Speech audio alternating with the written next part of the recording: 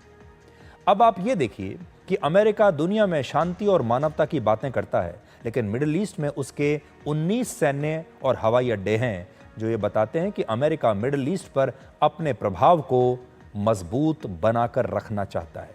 America ने दुनिया के अलग अलग हिस्सों में आप देखिए अपनी सेना उतारी हुई हैं, हथियार बेच रहा है, सब कुछ शांति के नाम पर। मिडिल ईस्ट में स्ट्रेट ऑफ हॉर्मूज के आसपास कुल 8 देश मौजूद हैं। इनके नाम हैं ईरान, इराक, कुवैत, सऊदी अरब, बहरीन, कतर, यूएई और ओमान। आपके सामने नक्शे पर दुनिया का करीब 20% तेल इसी ट्रेड रूट से होकर गुजरता है और यह दुनिया के सबसे महत्वपूर्ण समुद्री रास्तों में से एक है। मिडिल ईस्ट का यह इलाका अमेरिका के लिए भी महत्वपूर्ण है और यहां ईरान के आसपास अमेरिका के 19 सैन्य और हवाई अड्डे हैं। आप इस नक्शे पर देखेंगे तो एक तरफ ईरान है और उसके आसपास अमेरिका के सारे सैन्य अड्डे हैं, जिन पर करीब 40 से 50 हजार अमेरिकी सैनिक आधुनिक हथियारों के साथ और अमेरिका की वायुसेना और अमेरिका की नौसेना के बेड़ों के साथ वहां पर तैनात हैं। इनमें भी कतर के मिलिट्री बेस को अमेरिका ने वर्ष 1996 में स्थापित किया था और यहां पर अमेरिका के लगभग 11,000 सैनिक और 100 लड़ाकू विमान तैनात हैं। ये वहां का उनका सबसे बड़ा बेस है। लेकिन इसके बावजूद अमेरिका शांति और मानवता की बातें करता है और राष्ट्रपति ट्रंप चाहते हैं कि शांति को स्थापित करने के लिए उन्हें नोबेल शांति पुरस्कार दिया जाए। इस सीज फायर के बाद दुनिया के बड़े बड़े नेता आज क्या कह रहे हैं, आपको सुनना चाहिए। We are facing an evil enemy which has decided simply to destroy and hurt and kill. And what we have done successfully in this operation is to remove the Iranian nuclear threat looming above Israel, the region, and the free world. In this respect, I commend the Israeli leadership, Prime Minister Netanyahu, the cabinet, and of course the Israeli military. I commend and thank wholeheartedly President Donald Trump and of course the US Air Force.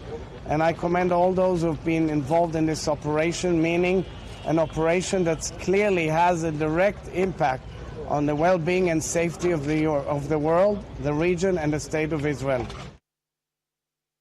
Den Aufruf des amerikanischen Präsidenten zu einem Waffenstillstand begrüßen wir daher. Gelingt dieser Waffenstillstand nach den entscheidenden Militärschlägen der USA, wir rufen nun sowohl Iran als auch Israel dazu auf, diesem Aufruf des amerikanischen Präsidenten zu folgen. Сообщают, что американцы убедили Израиль пойти на прекращение огня и на установление бессрочного перемирия, что аналогичную роль в отношении Тегерана сыграли наши катарские друзья. Мы только приветствовать будем, если такая договоренность существует. Но уже после ее объявления. तो cease fire शब्द अब पूरी दुनिया में गूंज रहा है। आपको याद होगा पिछले महीने भारत और पाकिस्तान के युद्ध में भी 4 दिन के बाद सीज फायर लागू हुआ था, जबकि इस युद्ध में 12 दिन के बाद सीज फायर पर सहमति बनी है। अब बड़ा सवाल यह है कि रशिया और यूक्रेन के बीच जो युद्ध 3.5 साल से चल रहा है और इजराइल और गाजा के बीच जो युद्ध 1.5 साल से चल रहा है, यहां पर सीज फायर कब लागू होगा। और अब से कुछ देर पहले राष्ट्रपति ट्रंप ने नेटो समिट में शामिल होने से पहले कहा कि ईरान अब न्यूक्लियर शक्ति नहीं है बल्कि एक व्यापारिक शक्ति वो बनेगा और ईरान को महान राष्ट्र बनने के लिए अब हिंसा की आवश्यकता नहीं पड़ेगी। And Iran's not going to have a nuclear weapon, by the way. I think it's the last thing on their mind right now. They're not going to have enrichment and they're not going to have a nuclear weapon, and they know that. They're going to get on to being a great trading nation. You know, they're very good traders. And they're going to be a great trading nation, and they have a lot of oil. They're going to do well. They're not going to have a nuclear weapon. So did they The promise? last thing on Iran's mind right now is nuclear weapons. If there was, there was. But no, I don't want it. I'd like to see everything calm down as quickly as possible. Regime change takes chaos. America के राष्ट्रपति Trump दुनिया में जो भी देश युद्ध लड़ रहे होते हैं उनके बीच समझौता कराने के बाद वो ये कहते हैं कि आप लड़िए मत, आप व्यापार कीजिए, आप ट्रेड कीजिए। और यहाँ वो ईरान को भी यही कह रहे हैं कि ईरान तो एक बहुत बड़ा ट्रेडिंग कंट्री है, ईरान को ट्रेड करना चाहिए, ईरान को व्यापार करना चाहिए। और हर जगह जहाँ भी वो जाते हैं लोगों को यही, हर देश को यही कहते हैं कि युद्ध मत लड़िए, आप व्यापार कीजिए। असल में डोनाल्ड ट्रंप खुद एक बहुत बड़े व्यापारी हैं, खुद बहुत बड़े बिजनेसमैन हैं, बहुत सफल बिजनेसमैन हैं वो अमेरिका के।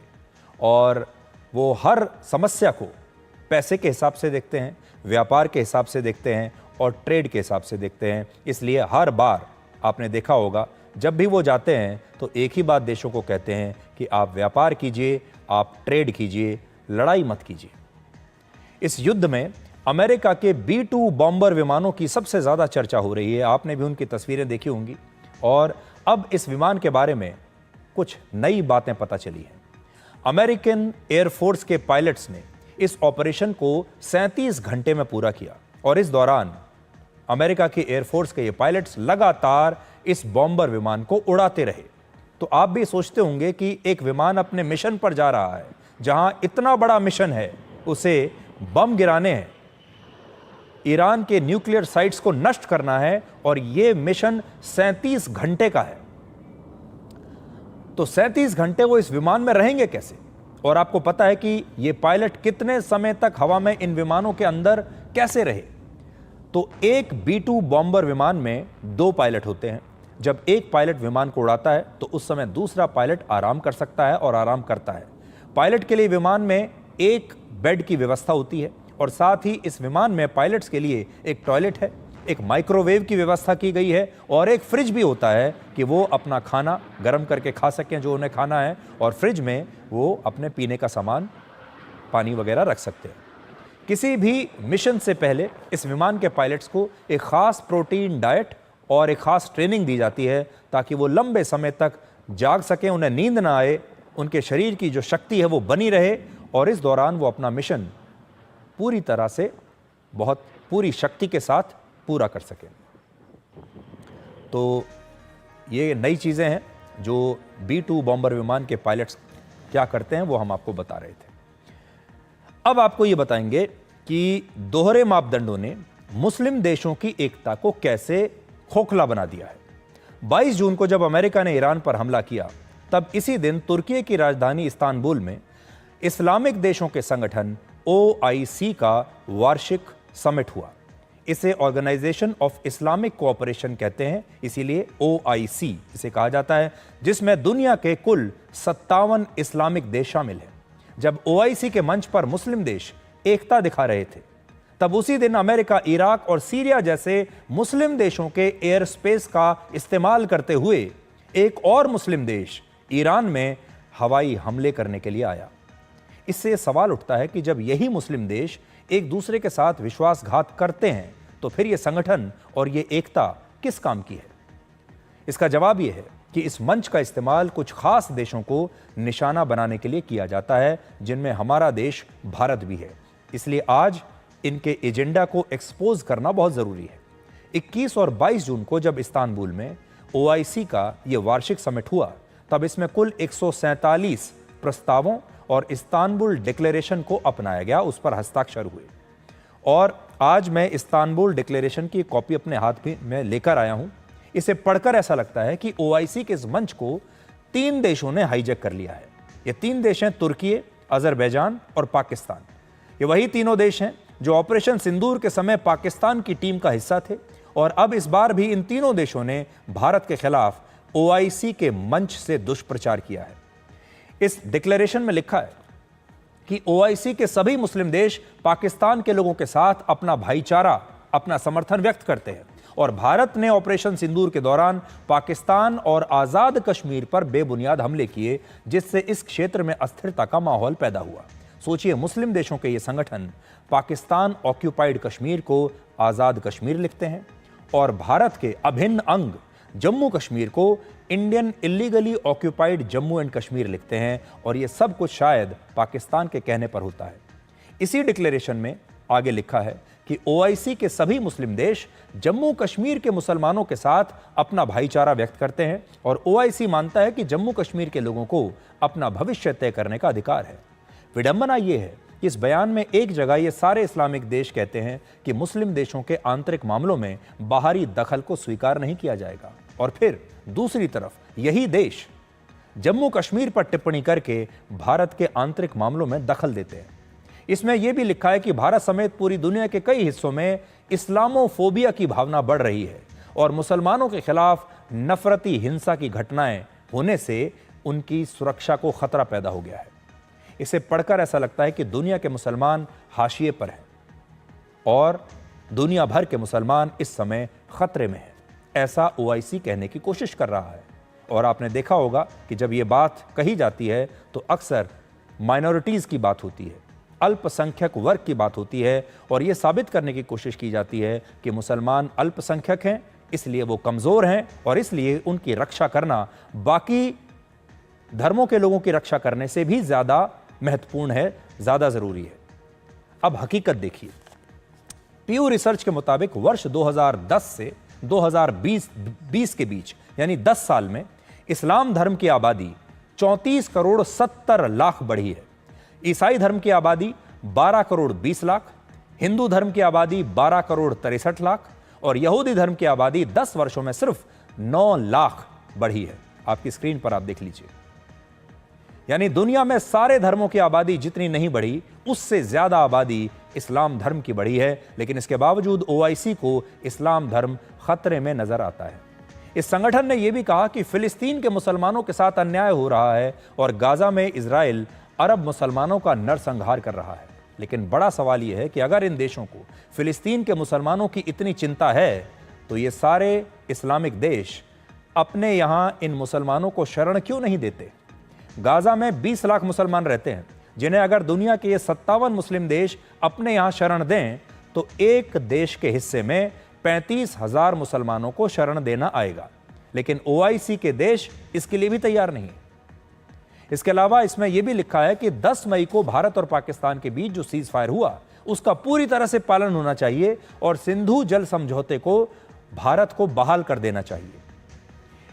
इसे पढ़कर ऐसा लगता है कि यह बात खुद पाकिस्तान ने ही जिद करके वहां लिखवाई होगी, क्योंकि एक दिन पहले बिलावल भुट्टो ने पाकिस्तान की नेशनल असेंबली में यही बात कही कि सिंधु जल समझौता अगर बहाल नहीं हुआ तो पाकिस्तान युद्ध लड़ेगा।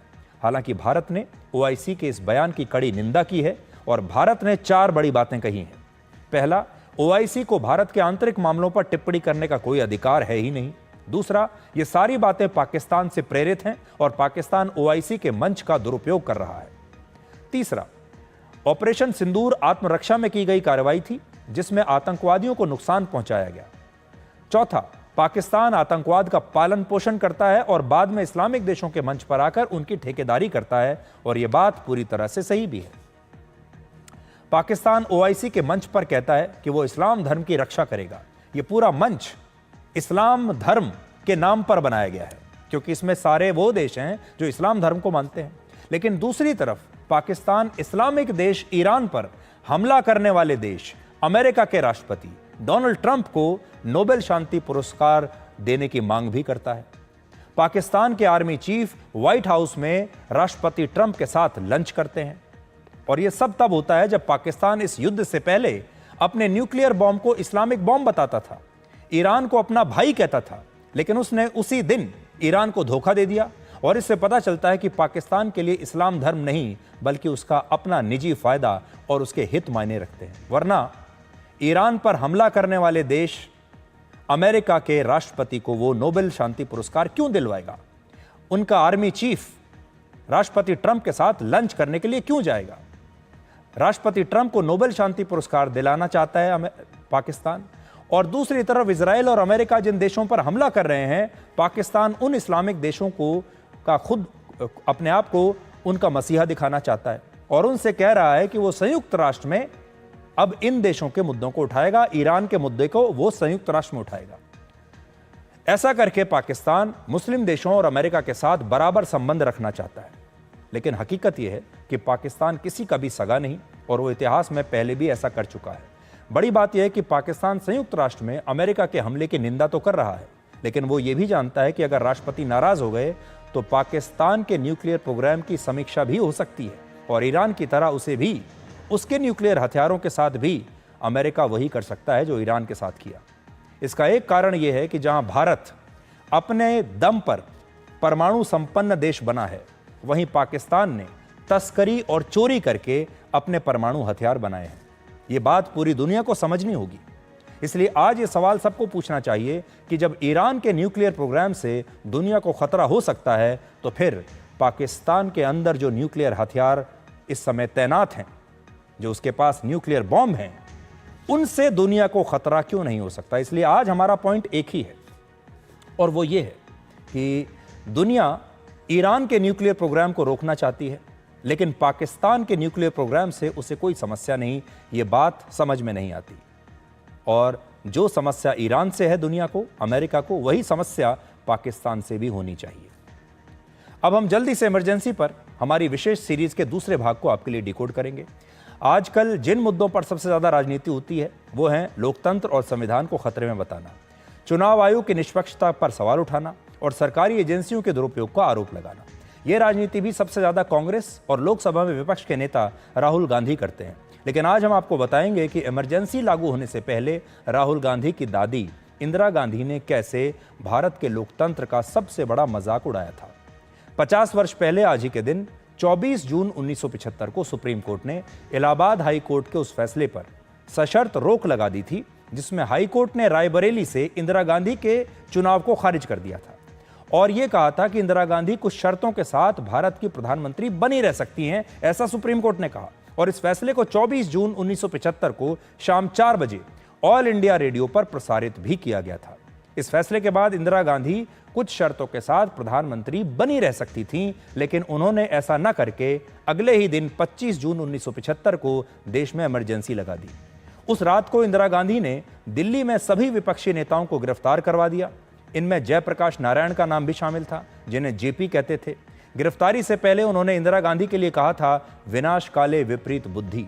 यह भारतीय लोकतंत्र का वो युग था जब इंदिरा गांधी ने अपनी सत्ता और अपने खानदान के सामने कुछ नहीं देखा। सबसे पहले उन्होंने सिर्फ सत्ता में बने रहने के लिए 1971 में समय से पहले लोकसभा के चुनाव कराए। अगर उस साल ऐसा ना होता तो भारत में लोकसभा और विधानसभा के चुनाव एक साथ आज भी हो रहे होते। दूसरा, इंदिरा गांधी ने रायबरेली से चुनाव जीतने के लिए सरकारी मशीनरी का दुरुपयोग किया।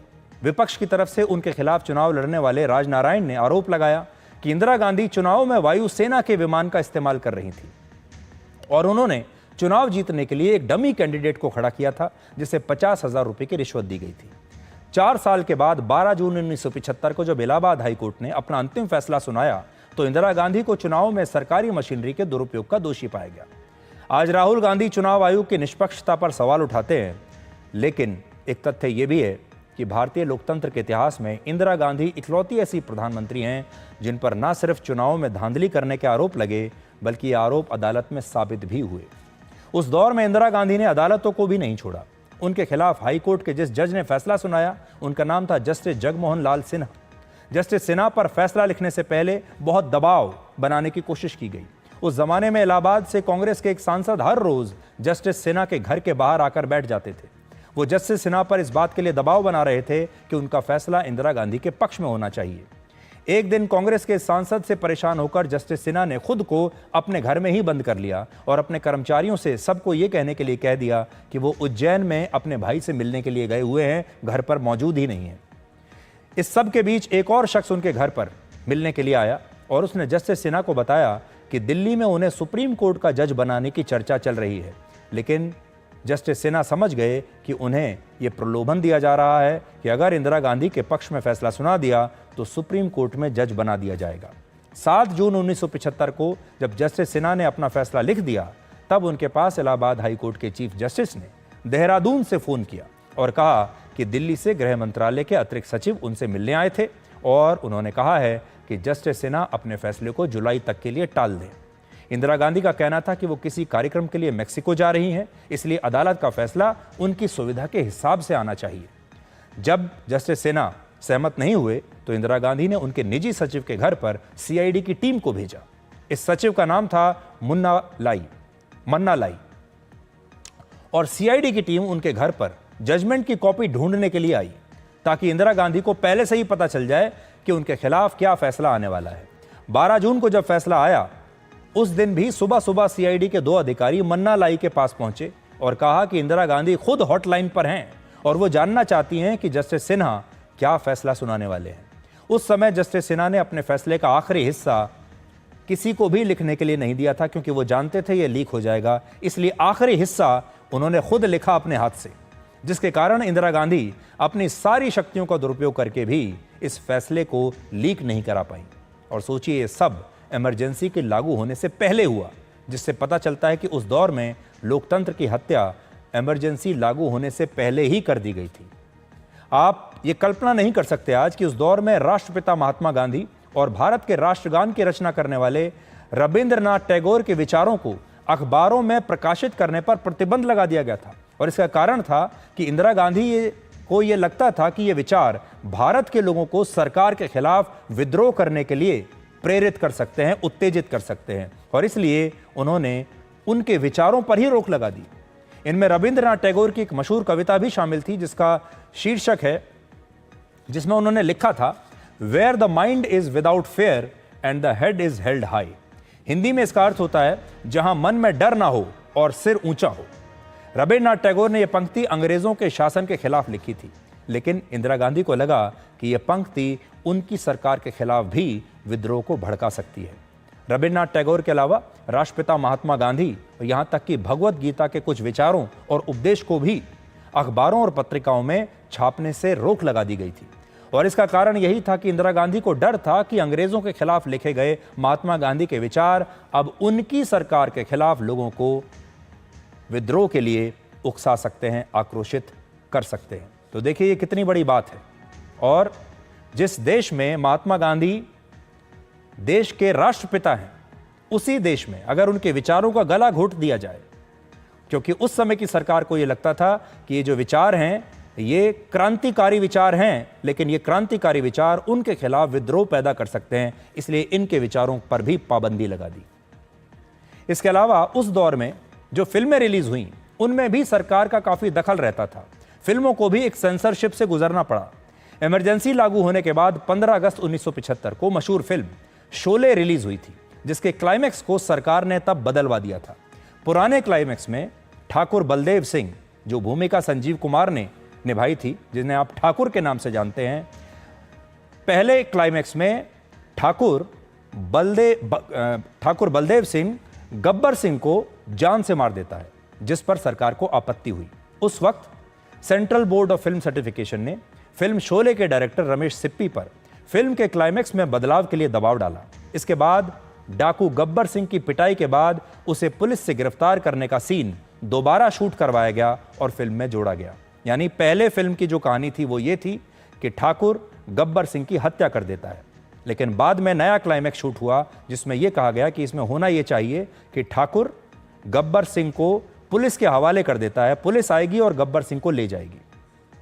50 वर्षों के बाद यह फिल्म अब अपने ओरिजिनल क्लाइमैक्स के साथ इटली में रिलीज होगी और इसमें वो सभी सीन्स जोड़े जाएंगे जिन्हें पहले उस समय की सरकार के दबाव में हटा दिया गया था। तो अब आप सोचिए, मशहूर गायक और कलाकार किशोर कुमार ने भी आपातकाल के समय मुंबई में यूथ कांग्रेस की एक रैली में गाने से मना कर दिया था।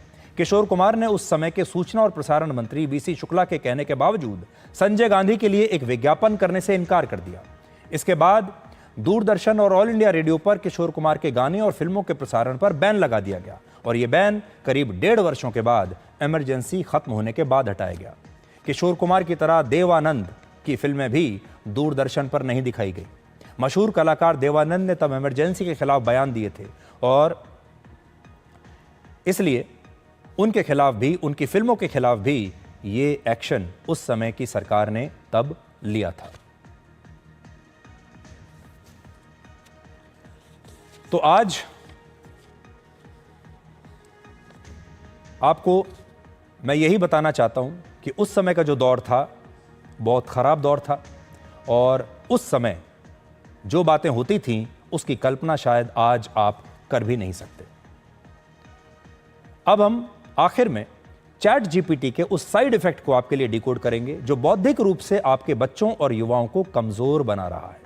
आजकल हमारे देश के युवा अपने हर सवाल का जवाब पाने के लिए चैट जीपीटी या एआई टूल्स का इस्तेमाल करते हैं। बच्चों के लिए चैट जीपीटी एक जादू की छड़ी जैसा बन गया है और इसकी मदद से बच्चे स्कूल का होमवर्क करते हैं, कोई निबंध लिखना होता है तो वो करते हैं और अपने प्रोजेक्ट्स भी कम समय में बिना मेहनत के आसानी से तैयार करने के लिए एआई का इस्तेमाल कर रहे हैं। आपको यकीन नहीं होगा कि दुनिया भर में भारत में सबसे ज्यादा चैट जीपीटी का इस्तेमाल हो रहा है। एक रिपोर्ट के मुताबिक भारत में करीब 10 करोड़ लोग चैट जीपीटी का इस्तेमाल कर रहे हैं और इसलिए इस रिपोर्ट को आपको ध्यान से देखना चाहिए अगर आपके घर में भी कोई युवा हैं या छोटे बच्चे हैं, क्योंकि चैट जीपीटी आपके काम को आसान बनाने की बहुत महंगी कीमत आपसे और आपके बच्चों से आगे चलकर वसूलेगा। अमेरिका के एक मशहूर यूनिवर्सिटी MIT की एक स्टडी के अनुसार चैट GPT जैसे AI टूल्स का ज़्यादा इस्तेमाल आपके दिमाग के लिए नुकसानदेह है। इससे आपके बौद्धिक विकास में रुकावट पैदा हो सकती है। चैट GPT बच्चों के मस्तिष्क के बौद्धिक श्रम और क्रिटिकल थिंकिंग को धीरे धीरे खत्म कर रहा है। उसका ज़्यादा इस्तेमाल याददाश्त खराब कर सकता है, बच्चों की तार्किक क्षमता और आपकी ब्रेन एक्टिविटी के लिए भी हानिकारक हो सकता है। MIT ने 18 से 39 वर्ष के 54 लोगों को 3 अलग अलग ग्रुप्स में बांटकर उन पर स्टडी की। इन तीनों ग्रुप्स को निबंध लिखने के लिए कहा गया। पहले ग्रुप को सिर्फ अपनी बौद्धिक क्षमता और दिमाग की मदद से निबंध लिखना था। तो इसको समझिए, पहला ग्रुप ऐसा जो अपने आप से, अपनी बुद्धि के हिसाब से निबंध लिखेगा और इसके लिए उन्हें कोई मदद कहीं से नहीं दी जाएगी। किसी भी प्रकार का कोई डिजिटल टूल या AI का इस्तेमाल उन्हें नहीं करना, अपने दिमाग से निबंध लिखना है। दूसरे ग्रुप को चैट GPT के इस्तेमाल और फिर तीसरे ग्रुप को गूगल जैसे सर्च इंजन की मदद से अपना निबंध लिखना था। इन सभी लोगों की मस्तिष्क की गतिविधियों को 4 महीने तक ट्रैक किया गया। इन तीनों ग्रुप्स के नतीजे चौंकाने वाले आए। जो ग्रुप चैट GPT का इस्तेमाल कर रहा था वो तेजी से काम तो कर रहा था, लेकिन उनके मस्तिष्क में बहुत कम गतिविधियां देखने को मिली। इस ग्रुप के लोग सिर्फ चैट GPT की बातों को अपने निबंध में सिर्फ कॉपी पेस्ट कर रहे थे। उनके लेख में मौलिकता की बहुत कमी थी। ये लोग चैट GPT की बातों को समझकर उसे अपने अनुसार अभिव्यक्त नहीं कर पा रहे थे। वो अपनी बातों को तार्किक रूप से लिख नहीं पा रहे थे, यानी सिर्फ कॉपी कर रहे थे। वो ग्रुप जिसने चैट GPT और सर्च इंजन की मदद के बगैर अपनी बौद्धिक क्षमता और अपने दिमाग से निबंध लिखा, उनके मस्तिष्क में सबसे ज्यादा गतिविधियां देखी गई। उनके निबंध में मौलिकता थी, नई बातें थीं और उन लोगों में याददाश्त, तार्किक और बौद्धिक क्षमता सबसे ज्यादा पाई गई। और जिस ग्रुप ने सर्च इंजन के इस्तेमाल से निबंध लिखा, उनके परिणाम थोड़े से बेहतर तो थे, लेकिन चैट GPT का इस्तेमाल करने वाले लोगों से उनके नतीजे बेहतर थे। इस स्टडी में बताया गया कि चैट GPT जैसे AI टूल्स का ज्यादा इस्तेमाल मस्तिष्क के लिए खतरनाक हो सकता है। इसमें बताया गया कि इसका असर युवाओं और बच्चों पर सबसे ज्यादा होता है। इससे उनकी रचनात्मक क्षमता और बौद्धिक विकास प्रभावित होता है। अब आपके मन में चैट GPT जैसे AI टूल्स को लेकर सवाल उठ रहे होंगे। जब भी कोई नई टेक्नोलॉजी बाजार में आती है तो उसे लेकर एक नई बहस शुरू हो जाती है। ध्यान देने वाली बात यह है कि कोई भी नई टेक्नोलॉजी अपने आप में खतरनाक नहीं है जब तक उसका इस्तेमाल सही तरीके से किया जाए। यही बात चैट GPT जैसे AI टूल्स पर लागू होती है। आपको इन पर पूरी तरह से निर्भर होने की बजाय इनका इस्तेमाल एक सहायक के तौर पर करना चाहिए, यानी AI आपका मालिक ना बन बैठे। मालिक आपको ही रहना है। You should be the master. आपको मास्टर बने रहना है और AI का इस्तेमाल करना है। ऐसा ना हो कि AI आपका मालिक बन बैठे। आपको याद होगा 19वीं सदी में जब टाइपराइटर का आविष्कार हुआ तो कहा गया कि लोग अब पेन से लिखना बंद कर देंगे, क्योंकि पहले लोग पेन से लिखते थे। फिर टाइपराइटर आया, कैलकुलेटर आया तो ये कहा जाने लगा कि अब लोग कैलकुलेट करना भूल जाएंगे, गिनती पहाड़े भूल जाएंगे। फिर कंप्यूटर आने के बाद ये कहा गया कि इससे लोगों की नौकरियां चली जाएंगी, अब तो कंप्यूटर कर लेगा सब कुछ। उसके बाद इंटरनेट आया और अब AI आ गया और अब भी यही कहा जा रहा है। चैट GPT आपके काम में मदद तो कर सकता है, लेकिन ये आपके मस्तिष्क का विकल्प नहीं बन सकता। इसी तरह अगर बच्चों की बात करें तो उन्हें सिर्फ सवालों का जवाब नहीं देना है, बल्कि उनके अंदर सोचने समझने की क्षमता को विकसित करना जरूरी है। उनमें बौद्धिक विकास तभी होगा जब वो खुद सोच समझकर काम करेंगे। आज के ज़माने में बच्चों के सामने सबसे बड़ी चुनौतियां 2 हैं। एक है AI का बढ़ता इस्तेमाल और दूसरा है सोशल मीडिया का बढ़ता इस्तेमाल। अब इन दोनों को कंट्रोल करने के लिए हमें अपने देश में नए कानून लाने पड़ेंगे। बहुत सारे बच्चे आजकल यही सोचते हैं कि वो अपनी गति को तेज करने के लिए, समय को बचाने के लिए AI का इस्तेमाल कर रहे हैं, लेकिन आगे चलकर ये उनके लिए हानिकारक साबित हो सकता है। वक्त हो गया एक छोटे से ब्रेक का। अब हम आपसे मिलेंगे 3 मिनट के बाद और फिर 3 मिनट के बाद बाकी की खबरें।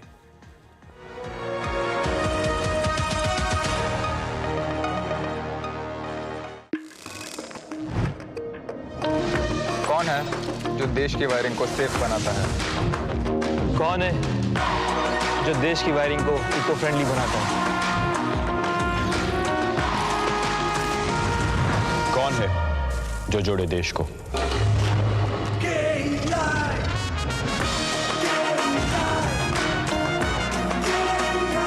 विकसित भारत का विकसित wire. Where the software engineer with a big idea meets the smart market analyst, meets the cool UI UX designer, meets the gifted content writer, meets the talented photographer to create the big dream. The world comes together at Sharda University. So where are you?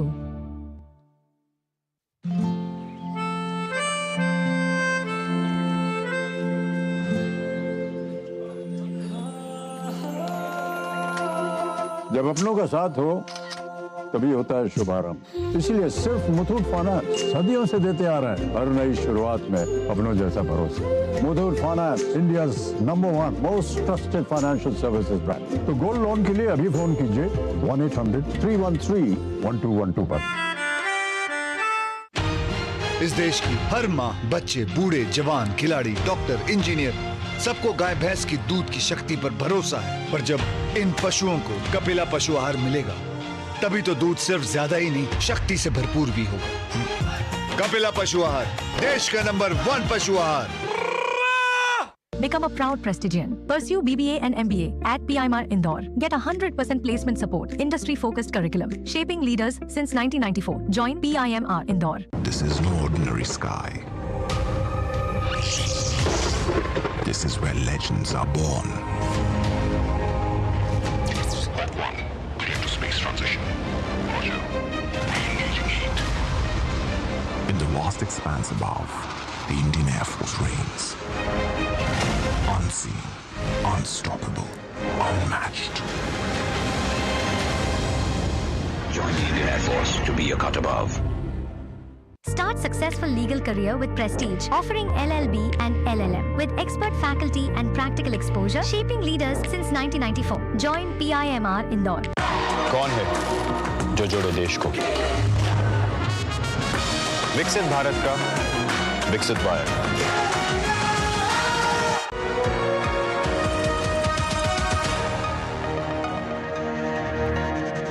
अब हम आपको इस नए digital युग की एक नई taxi दिखाते हैं जिसका नाम है रोबो टैक्सी। भारत के लोगों ने पहली बार 1911 में टैक्सी का इस्तेमाल शुरू किया था। पुराने ज़माने में भारत की टैक्सियां कुछ ऐसे काले और पीले रंग की हुआ करती थीं, लेकिन आज कुछ शहरों में अब भी ऐसी टैक्सियों का इस्तेमाल भारत में हो रहा है। अब 114 वर्षों के बाद दुनिया के सबसे अमीर उद्योगपति एलोन मस्क ने 22 जून को अमेरिका के टेक्सास में टेस्ला की नई रोबो टैक्सी लॉन्च की है। टेस्ला की ये रोबो टैक्सी एक ऑटोनोमस कार है जिसे चलाने के लिए किसी ड्राइवर की आवश्यकता नहीं है। ये पहली ड्राइवरलेस टैक्सी नहीं है। टेस्ला ने इससे पहले भी, टेस्ला के अलावा और भी कई कंपनियां बिना ड्राइवर की टैक्सीज को विकसित कर चुकी हैं और कई देशों में पायलट प्रोजेक्ट के तौर पर इनका इस्तेमाल भी हो रहा है। लेकिन इलॉन मस्क ने कहा है कि उनकी कंपनी ने 10 साल की मेहनत के बाद इस कार के लिए AI चिप और सॉफ्टवेयर को विकसित किया और टेस्ला की इस रोबो टैक्सी को फिलहाल सिर्फ ऑस्टिन में चलाया जाएगा, जो AI सेंसर्स, कैमरा, रेडार और एक विशेष टेक्नोलॉजी की सहायता से एक असिस्टेंट के साथ बिना ड्राइवर के चलाई जा रही है। और इसका 1 किलोमीटर का किराया फिलहाल $4.2 यानी करीब 364 रुपये है। रोबो टैक्सी का फिलहाल ट्रायल रन किया जा रहा है और इसमें यात्रियों की सुरक्षा का एक बहुत महत्वपूर्ण मुद्दा है। फिलहाल रोबो टैक्सी में यात्रियों की सेफ्टी को सुनिश्चित करने के लिए ड्राइवर के साथ वाली सीट पर एक ऐसे व्यक्ति को बिठाया जाता है जो किसी भी परेशानी में इस कार को कंट्रोल कर सके। आज आपको यहां यह देखना होगा कि क्या भारत को भी बिना ड्राइवर की टैक्सी की आवश्यकता है। अगर हमारे देश में भी अगर यह टेक्नोलॉजी आएगी तो क्या होगा।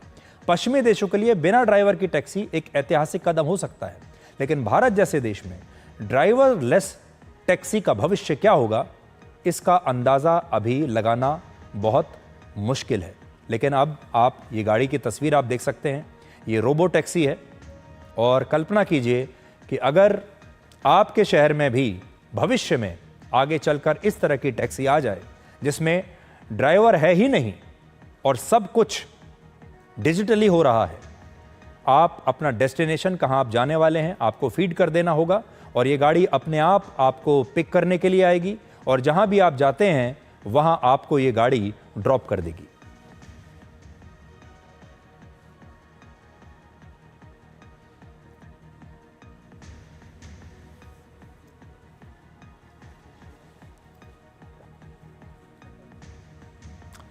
तो आज के लिए डिकोड में इतना ही। अब आपसे हमारी अगली मुलाकात होगी कल रात 9 बजे। तब तक आप खुश रहिए, सुरक्षित रहिए, स्वस्थ रहिए।